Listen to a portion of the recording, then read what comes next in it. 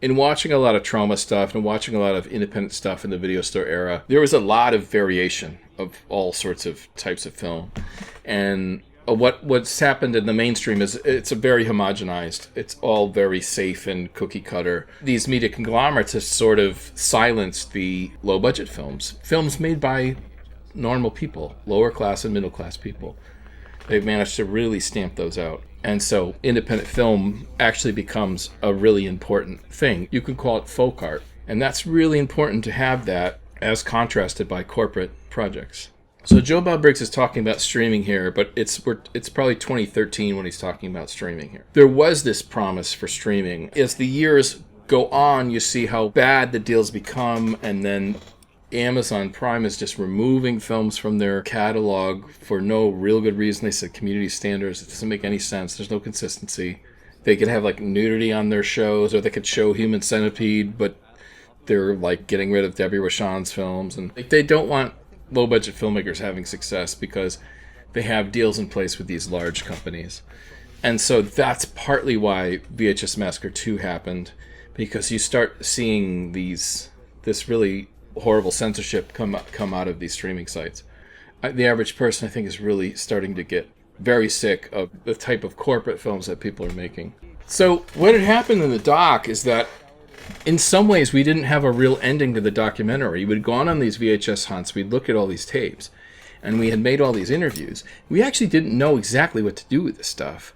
So we kind of came up with having a podcast, and that we would rate all of the VHS and stuff like that. When I used to do public access in the late 90s, we would watch the movies, Eric Roberts movies, and talk about them and stuff like that. So, there's nothing new about watching bad movies and then ranking them. But for us, it was fun to get together and do it. And we could just cherry pick a few seconds of each video and, pick a winner. And that would create more of an ending for the documentary. And so we really did have our friends come, and they gave their own ratings, and we would give our own ratings. But yeah, Ken totally kicked my ass in this. I thought I had everyone with the walking guide to type 2 diabetes, but I don't know. Ken had the tape Grandpa's Magical Toys, and it was just so strange that he totally destroyed me. So in my mind, this was sort of a goodbye to the video store era. But luckily, video stores are still around. There's a number of independent stores still around.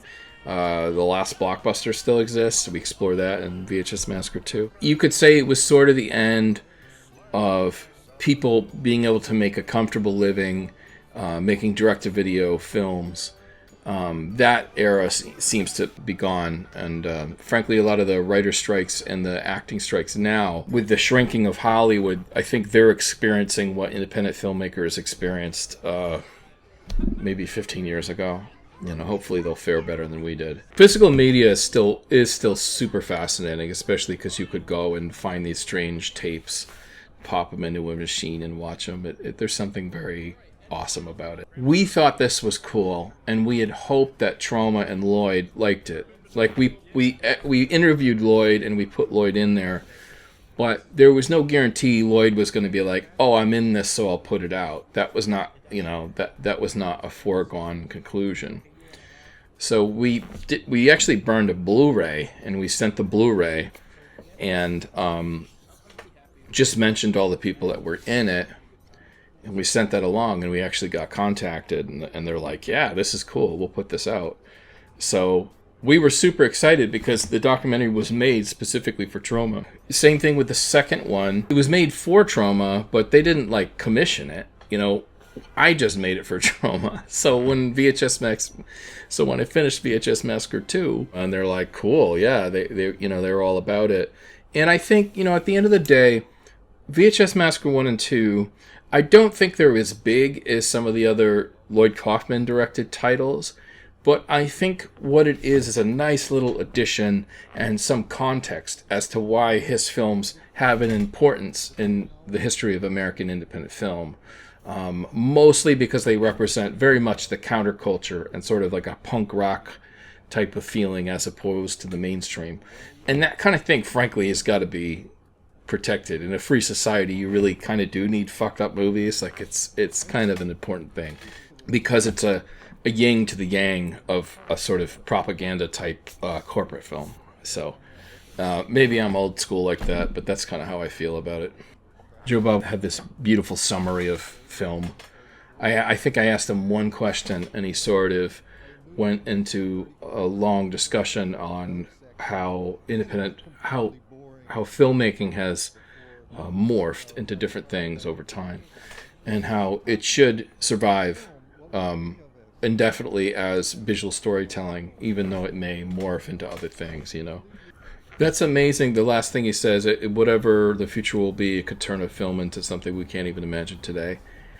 That could actually happen in the sense where when more powerful AI comes out, they could take, let's say, Goodfellas. Do you want to have a virtual reality experience where you live in the Goodfellas movie and they're all AI and they're interactive? So it's like, film could really be anything in the future. It's really interesting.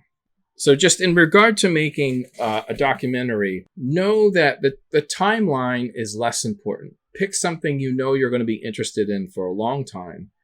Gather interviews over a year, let's say, and start whittling down those interviews and find the things that you're most fascinated by. And then you can research those and elaborate on those, find visuals that support them, and you can really build a story that way. Other people write an entire script out of the documentary they want to make. Michael Moore apparently will write out a script and then interview people. I don't do that way. I much prefer the sort of sculpting of interviewing someone, finding a fascinating nugget of information, and then elaborating on that. So, but everyone's got their own method. So anyway, I hope this was helpful. Take care.